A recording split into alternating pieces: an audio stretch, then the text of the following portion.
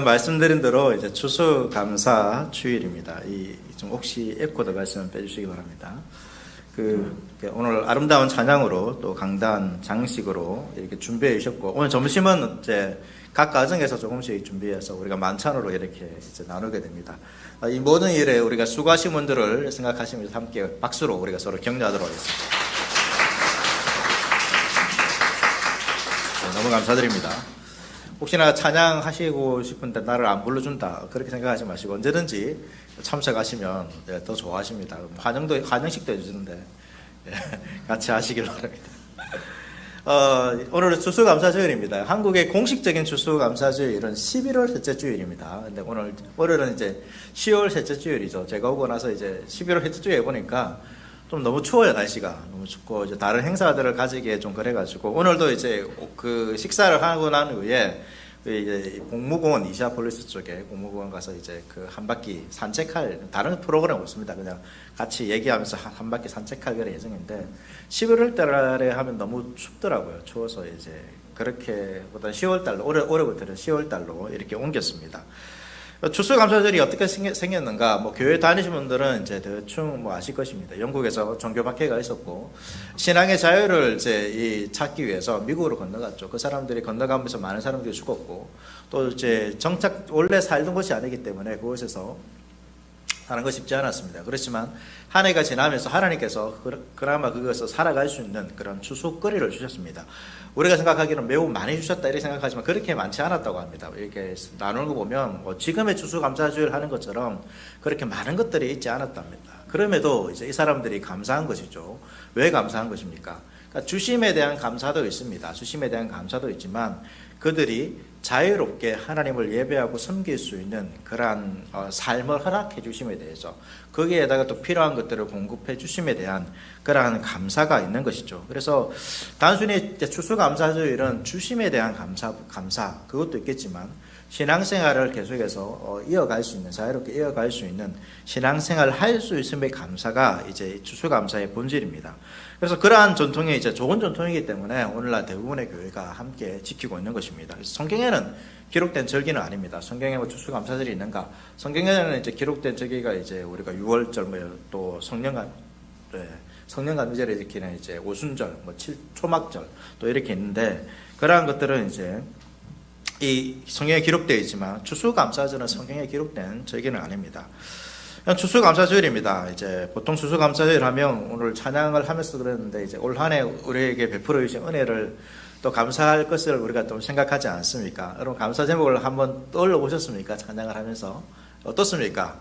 예, 뭐 어떤 분들은 이제 너무나도 많은 것을 올해는 너무나도 많은 것을 주셨다 이렇게 생각할 수도 있고 어떤 분들은 뭐가 있지 생각하면서 뭐 오랜 시간 또 생각해야 될 그런 분도 있을 수도 있습니다. 평상시에 이렇게 잘 생각하지 않으면 좀 잘 떠오르기도 잘 떠오르지 않을 수도 있죠.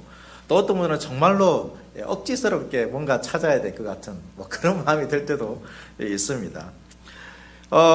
그런데 이제 어떤 분들은 아예 이제 감사를 잊고 살아가기도 하죠. 이런 감사를 잃어버리면 그런 사람의 삶에는 불평과 원망과 때로는 분노가 이렇게 좀 가득할 수도 있습니다. 여러분, 왜 이러한 감사를 잊어버리면서 여러분 살아가게 될까요? 여러 가지 이유가 있겠지만, 이렇게 생각해 볼 수 있습니다. 주어진 것을 너무 당연하게 생각하면 여러분 감사를 잊어버릴 수 있습니다. 이런 말이 있죠. 한국에 살다가 이제 외국에 나가면 다 어떻게 됩니까? 애국자가 되는 거, 한국을 사랑한답니다. 이 한국에서는 불평하고 이 주어진 것에 대해서 그냥 무관심하고 이렇게 지내는데 외국에 나가 보니까 우리나라가 다르다는 거죠. 그것을 새삼 느끼면서 한국이라는 그런 자부심을 가지게 되는 그러한 이야기를 우리가 종종 듣습니다. 당연시 얘기했던 것이 그것에 나가 보니까 가치 있고 소중한 것으로 다가온 것이죠. 요즘 또 이제 여러분 환경 파괴가 너무 심각하죠. 이 한 달 전만 해도 에어컨 틀었습니다. 그렇죠. 근데 한 달 이제 됐는데 춥습니다. 저는 지금 빨리 잠바를 입어야 되나 말아야 되나. 올 여름을 지나면서 여러분 어땠습니까? 이렇게 더운 때가 있었나? 대구에 사시는 토박이 분들도 이렇게까지 더웠던 적은 없었던 것 같다. 이렇게 말씀하시는 분도 있습니다. 그러니까 그 환경 파괴, 뭐 이 자연이 이제 파괴되었다 이런 말을 자주 들었지만 올 여름처럼 이제 체감되게 이렇게 경험했던 적은 별로 없었던 것 같아요. 환경이 왜 이렇게 된 것입니까? 그런 얘기를 종종 듣지만 너무 주어진 것을 여러분 당연하게 생각하기 때문입니다. 이 자연이 분명 가지고 있는 한계가 있는데 그것을 인식하고 지속적으로 사용할 수 있는 그런 방법들을 생각하면서 이 자연을 이용해야 되는데 그렇지 않고 무분별하게 그냥 이익이 되는 대로 그러니까 사람이 중심이 되어서 이 자연을 사용하니까 오늘날을 이제 경험하고 있는 것이죠. 뭐 이렇게 말하기도 합니다. 올여름이 가장 시원했다. 올여름이 가장 시원했답니다, 여러분. 내년에 어떻게 될지. 이 뭐 기상청의 말을 우리가 다 믿을 수는 없지만 어떻게 될지 모르겠습니다. 근데 그 말이 정말 사실인 것처럼 벌써 이제 가을, 겨울 날씨도 벌써 체감되지 않습니까? 그렇습니다. 또 우리가 감사를 잊어버리는 이유가 뭐냐면 남들과 비교하면 여러분 제대로 감사할 수가 없습니다. 비교를 하면 보통 어떻게 합니까?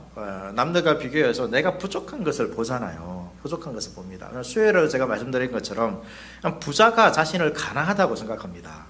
부자인데 자신이 가난하대요. 모순이죠. 왜 그럴까요?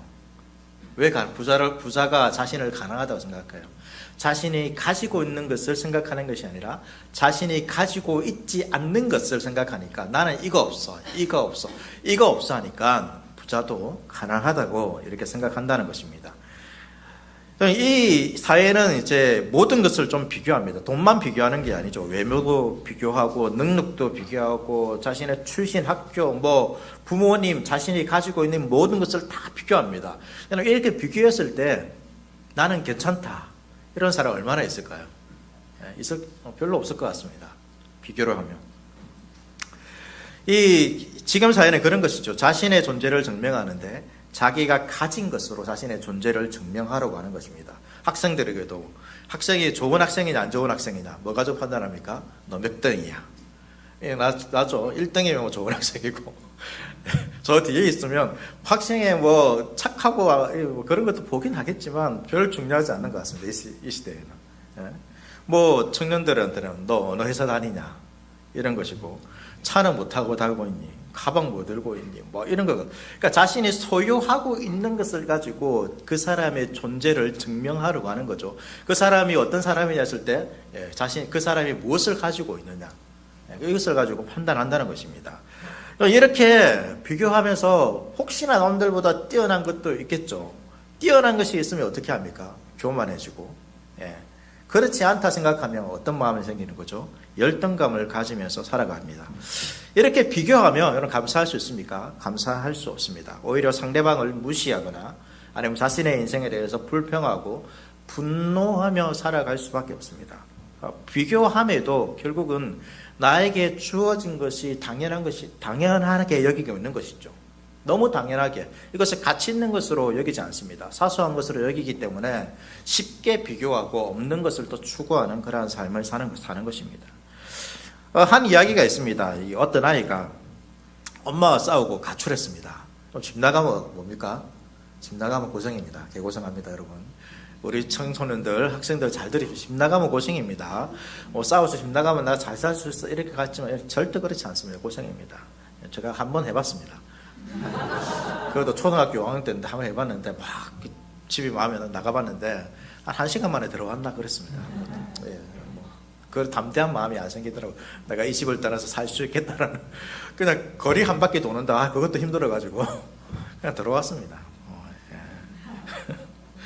집을 나가면 고생해요. 그래서 이 아이가 가출했는데 가출하면 결국 뭡니까? 자기가 다 해야 되잖아요. 뭐 자기가 가진 게 있습니까? 배고프잖아요. 그래서 이 아이를 본 어떤 한 아주머니, 식당을 하는 아주머니가 불쌍해가지고 아이를 불렀어요. 그래서 이 아이에게 음식을 차리고 함께 이렇게 밥을 먹었습니다. 이 아이는 어떻습니까? 배고픈데 자기를 알지도 못하는데 이제 아주머니가 불러가지고 밥도 차려주니까 너무 감사하겠죠. 고맙습니다. 이렇게 하겠죠. 그래서 아주머니가 이 아이에게 물어봤습니다. 야, 왜 이렇게 배고프게 집을 왜 나왔냐 물어보면서 그때 이 식당 아주머니가 이 아이에게 이렇게 물었죠. 밥 한 끼를 차려주는 아주머니한테도 이렇게 고마워하는데 너희 엄마는 너를 지금까지 삼시세끼 밥 다 먹여주고 재워주고 옷 입혀주고, 뭐 그것만 했습니까? 빨래 해주고, 용돈 주고. 그런데 왜 감사하지 않느냐? 그거 뭐 마음에 안 드는 거 있다라고 불 싸우고 나왔냐? 이런 것이죠. 왜 그렇습니까? 아주머니가 한 끼 밥을 줘도 너무 고마운데 삼시세끼 밥을 주는 엄마는 왜 이렇게 믿고 늘 부족하게 생각됩니까? 우리 친구들 어떻습니까? 마음에 찔리십니까? 왜 이런 마음이 들까요? 왜 우리 엄마는 나에게 왜 이러지? 왜 우리 아빠는 이럴까? 뭐 이런 생각들. 자, 우리 친구, 저 뒤에 구석의 친구들, 자, 집중하세요. 핸드폰 보지 말고. 너희들 얘기하는 거야, 지금. 너희들. 이때 놓치면 안 되지. 왜 그렇게 생각합니까? 당연하다고 생각하는 거죠. 당연한 게 아닙니다, 여러분. 당연하다고 생각하시면 안 됩니다. 알겠죠, 우리 친구들? 당연한 거 아닙니다. 부모님들은 여러분들을 가지고 나서 준 거밖에 없어요. 엄마는 어떻게 몸 상하지, 애 낳으면 더 힘들지, 아빠는 너희들 먹인다고 지금 밤늦게까지 일하고 다 줬잖아요. 그런데 그걸 당연하게 생각하면 안 된다고. 왜 우리 아빠는 이거밖에 안 주고 왜 우리 엄마는 내 마음을 몰라주지, 이런 생각하면 안 된다고. 밖에 나가서 고생하면 이 아이가 그런 거죠. 때로는 우리가 있잖아요. 이 당연한 것을 이제 소중하게 생각하지 않는데 그것을 잃고 나서 여러분 소중하게 생각하는 거죠. 건강도 그렇지 않습니까? 그냥 뭐 한참 건강하고 건강 관리 안 해도 괜찮을 것처럼 보이지만 병원 가니까 수술해야 됩니다. 입원해야 됩니다. 이런 얘기 들으면 어떻습니까? 그때부터 약 찾죠. 운동해야 되겠다. 이렇게 생각합니다. 젊은 사람들 잘 생각하세요. 40 넘어가면 아프기 시작합니다. 아프기 시작합니다. 당연한 겁니다. 이거 건강 소중하게 생각해야 됩니다. 가족 관계도 그렇죠. 가족 관계가 뭐 부모가 있는 것, 내 자녀가 있는 것, 내 것처럼 생각하고 당연히 있는 것처럼 생각하지만 그래서 때로는 소홀하게 대할 때가 있습니다. 근데 그 관계가 깨어지고 나면 어떻습니까? 그 한 사람 한 사람이 너무나도 소중하고 중요하지 않습니까? 혹여나 사고를 당해서 먼저 잃어버린 가족이 있다면 그러면 그 마음이 어떻습니까? 그렇습니다. 우리가 당연한 것을 너무 이제 사소하게 생각하는 거죠. 그것이 소중한 것인데 사소하게 생각하는 것입니다. 옆에 사람 보십시오, 여러분. 내 옆에 사람이 당연하게 있다고 생각하십니까? 그렇지 않습니다. 소중한 겁니다. 세상에 가장 소중한 것입니다. 그런 것이죠. 이런 글이 있습니다. 제가 뭐 철교를 준비하면서 이제 보니까 이런 글이 있더라고요. 당신의 몸무게가 늘어 옷이 맞지 않는다면 감사하십시오. 옷이 맞지 않는다면 당신이 먹을 것이 넉넉한 인생을 살아왔기 때문입니다. 감사하십니까? 세탁할 옷이 집의 한 구석에 쌓여 있다면 감사하십시오. 갈아입을 옷이 여유가 있다는 뜻입니다. 당신이 불평할 정치인이 있다면 감사하십시오. 자유롭게 평가할 수 있는 나라에 살고 있기 때문입니다. 교회 뒷자리에 앉은 교인이 찬송과 음정을 틀리게 부른다면 감사하십시오. 당신의 청각이 정상이기 때문입니다. 감사하십시오. 우리는 그런 거잖아요. 왜 저런 노래를 저래 부르지? 막 이러지 않습니까? 그러니까 조금 우리가 현실을 당연한 것을 당연하게 보는 것이 아니라 조금 다르게 볼 필요가 있다는 것이죠. 억지로 감사 제목을 찾아라는 것이 아니라 우리가 감사할 것이 있는데 너무 그것을 당연한 것처럼 사소한 것처럼 생각하고 넘어가고 있지 않은가라는 것입니다. 오늘 말씀이죠. 저 오늘 말씀을 안 읽었네요. 너무 오늘 받아서 그런 것. 이 시간 같이 읽도록 하겠습니다. 한 절이기 때문에. 넘어서 1장 21절 말씀이죠. 1장 21절 말씀은 같이 읽겠습니다. 시작. 하나님을 알 때에 하나님을 영화롭게도 아니하고 감사하시도 아니하고 오히려 그 생각이 허망하여지며 미련한 마음이 어두워졌나니. 아멘.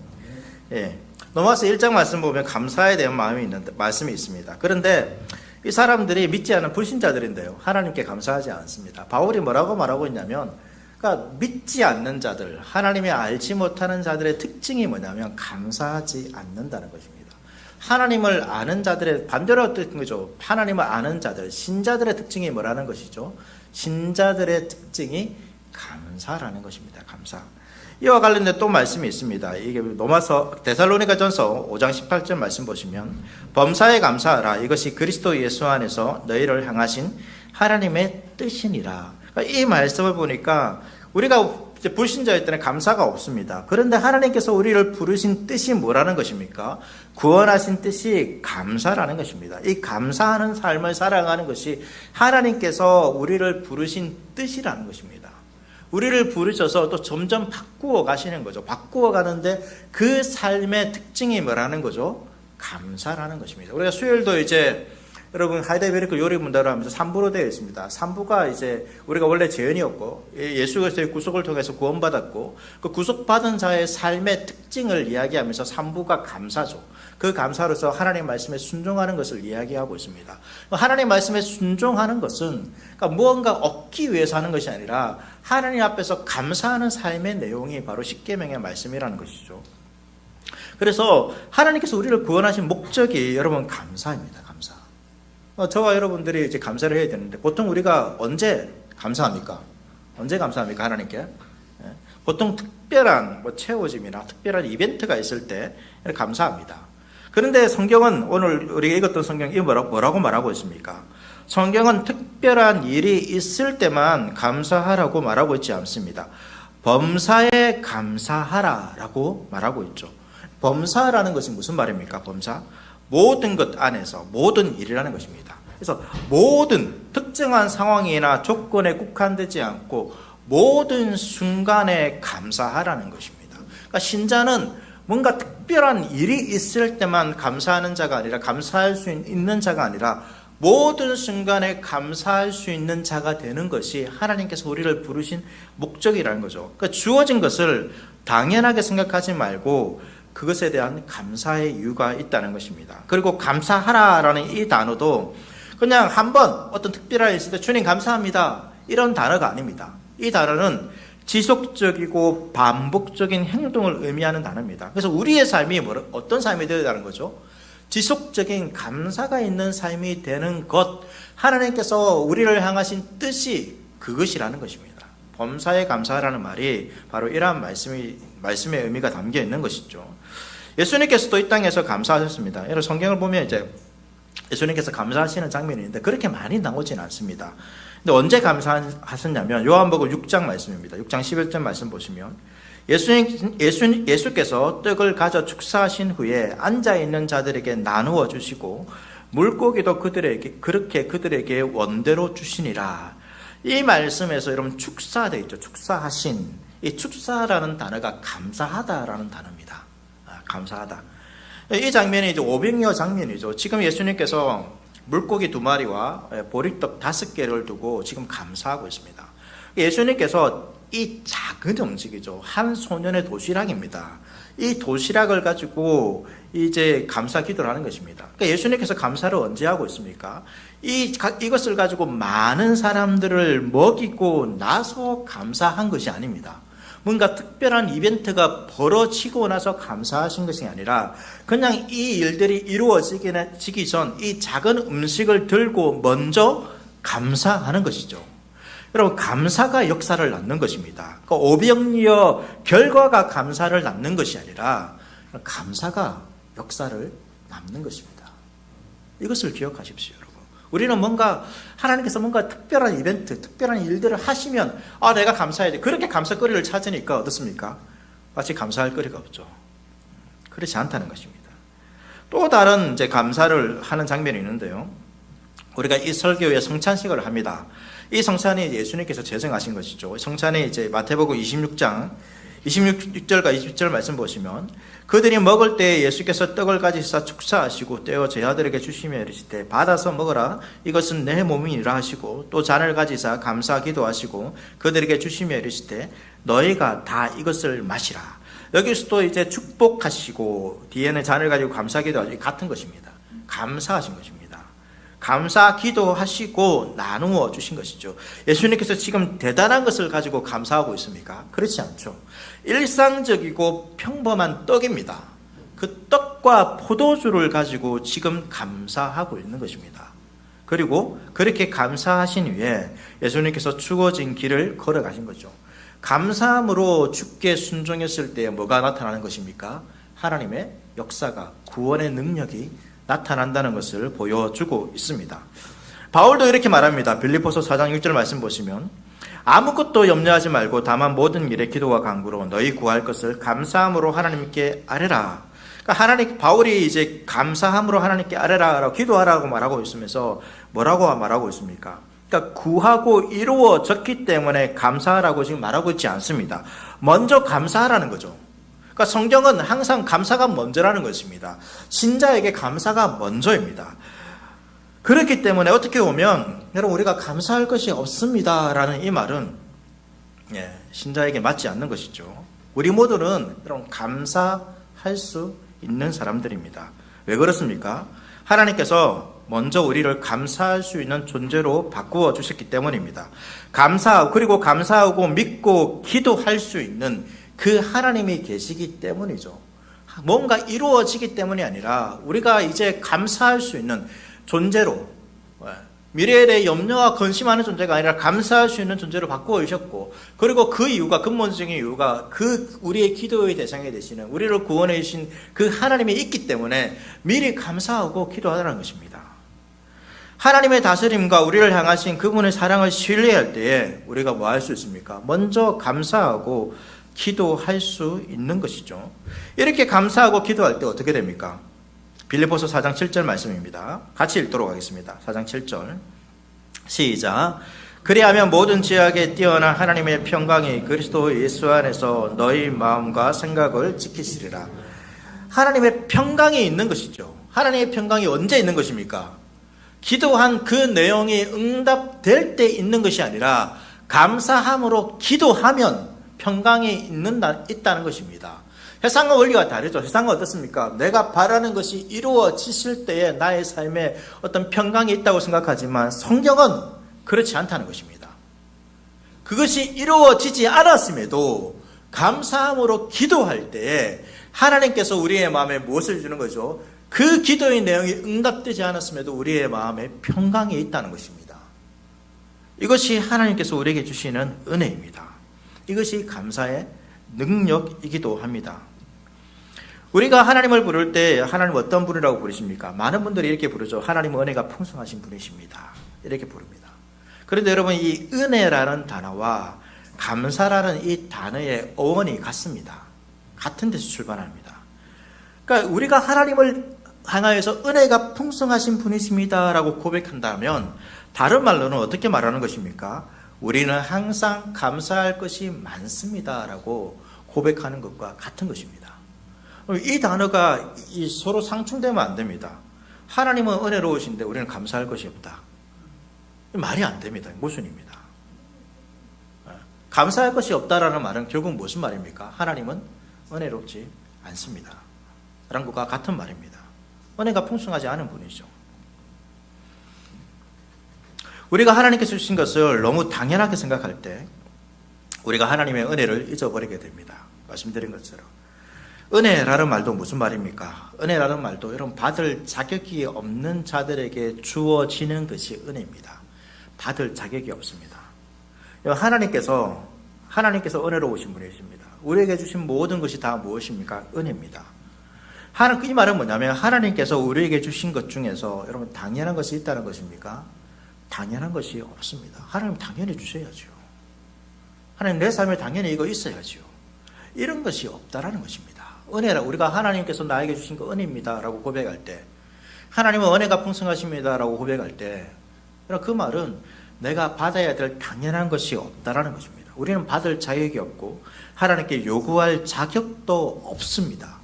그럼에도 불구하고 하나님께서 자격 없는 자를 죄에서 구원해 주셨고 하나님의 자녀로 삼아 주신 것이죠. 이런 것입니다. 우리의 생명도 우리의 재산도 우리의 자녀도 모두 당연한 것이 아닙니다. 내가 노력했기 때문에 내가 낳았기 때문에 당연한 것이 아니라는 것입니다. 나의 생명도 나의 것이 아닙니다. 이 모든 것은 다 누구의 것입니까? 주님의 것입니다. 우리는 오히려 이 모든 것을 잃어버리고 죽어야 되고 저 영원한 형벌과 진노를 받아야 할 자들이었습니다. 그럼에도 하나님께서 우리에게 이러한 것을 주셨다는 것은 은혜라는 것이죠. 본래 이 모든 것이 내 것인 것처럼 생각해서도 안 됩니다. 우리는 간혹 주님께 바라는 것을 생각하면서 왜 주시지 않습니까? 라는 이러한 생각을 합니다. 우리가 연약하기 때문에 그럴 수도 있다고 생각합니다. 그러나 그렇게 우리가 당연하게 주님께 요구해 주는 것이 아무것도 없습니다. 설령 우리가 주님 앞에서 정말로 신실하게 살아간다 할지라도 여러분 그 신실한 삶을 통하여서 하나님께 무언가 요구할 수 있는 여러분 그런 존재가 아니라는 것입니다. 그렇기 때문에 우리가 그것을 잊어버렸기 때문에 뭐가 없는 것입니까? 우리의 삶에 감사가 없습니다. 다 당연한 것이죠. 내가 교회 다니니까, 내가 헌금하고 이 정도 봉사하니까, 내가 말씀을 읽고 예배 드리니까, 기도하니까 하나님께서 나에게 이 정도 삶을 주시는 건 맞겠지. 이렇게 생각하며 살아가는 것입니다. 그렇게 생각하면 점점 어떻게 됩니까? 감사를 잃어버리는 삶을 살게 된다는 것입니다. 주님께서 우리에게 이 모든 것을 주셨습니다. 은혜로 주셨습니다. 이 놀라운 것을, 그 생명을 우리에게 성경은 주님께서 거저 주셨다라고 말씀하고 있습니다. 하나님께서 우리에게 주신 것 다 은혜, 우리에게는 은혜입니다. 거저 주셨죠. 그러나 주님께서는 이것을 우리에게 주시기 위해서 엄청난 값을 치렀다는 것을 여러분 기억하십시오. 우리는 은혜로 거저 받습니다. 그러나 거저 받는 이것 주님께서 당연히 그러니까 풍성하시기 때문에 당연히 줄 수 있는 것처럼 여러분 생각하시면 안 됩니다. 하나님께서는 우리에게 이것을 은혜로 거저 주시기 위해서 엄청난 대가를 치르셨다는 것을 여러분 기억하셔야 됩니다. 그것이 무엇입니까? 눈에 보이는 이 성찬과 같은 것입니다. 여러분 이 성찬이 무엇입니까? 예수 그리스도의 생명이죠. 주님께서 우리에게 생명을 주셨습니다. 이 생명을 주시기 위해서 주님은 뭐 하셨습니까? 자신의 살과 피를, 자신의 몸을 찢기셨고 피를 흘리셨습니다. 주님의 생명을 우리에게 내어주신 거죠. 주님의 생명을 잃은 것입니다. 예수님께서는 그 생명을 내어줌을 통하여서 우리가 생명을 얻게 되었습니다. 우리가 일용할 양식을 먹습니다.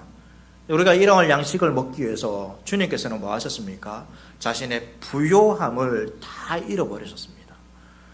하나님 주님께서는 우리의 관계를 회복하십니다. 이 관계를 회복하기 위해서 삼위 하나님께서는 어떻게 하셨습니까?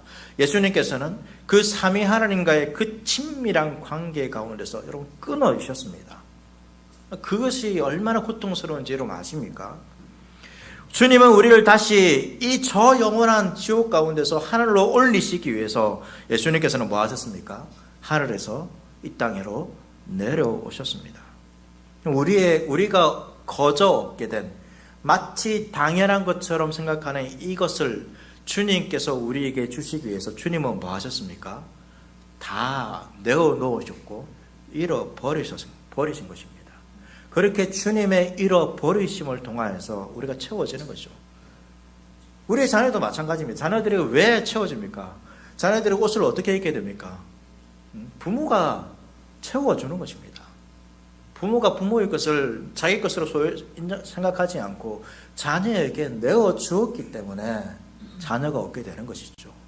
하나님께서도 마찬가지입니다. 우리가 얻게 되는 것은 우리가 자녀에게 주는 것보다 더 그냥 그렇게 줄 수 있는 것이 아니죠. 예수님께서 모든 것을 다 잃어버리셔야지만 우리가 얻을 수 있는 것입니다. 우리는 거저 얻었지만 우리가 가지고 있는 것은 그 예수님이라는 그 가치만큼의 놀라운 엄청난 것을 우리가 소유하고 있다는 것을 우리는 잊어서는 안 되는 것입니다. 그럼 당연한 것은 없습니다.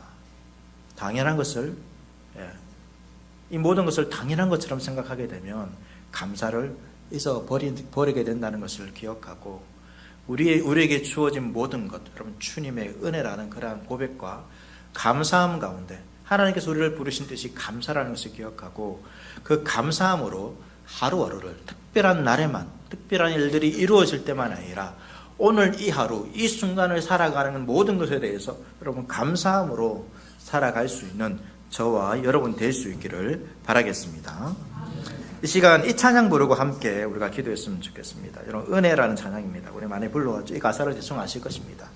이 찬양 부르면서 너무나도 당연하게 생각했던 것, 이것이 당연한 것이 아닙니다. 주님께서 그냥 주실 수 있기 때문에 주신 것도 아닙니다.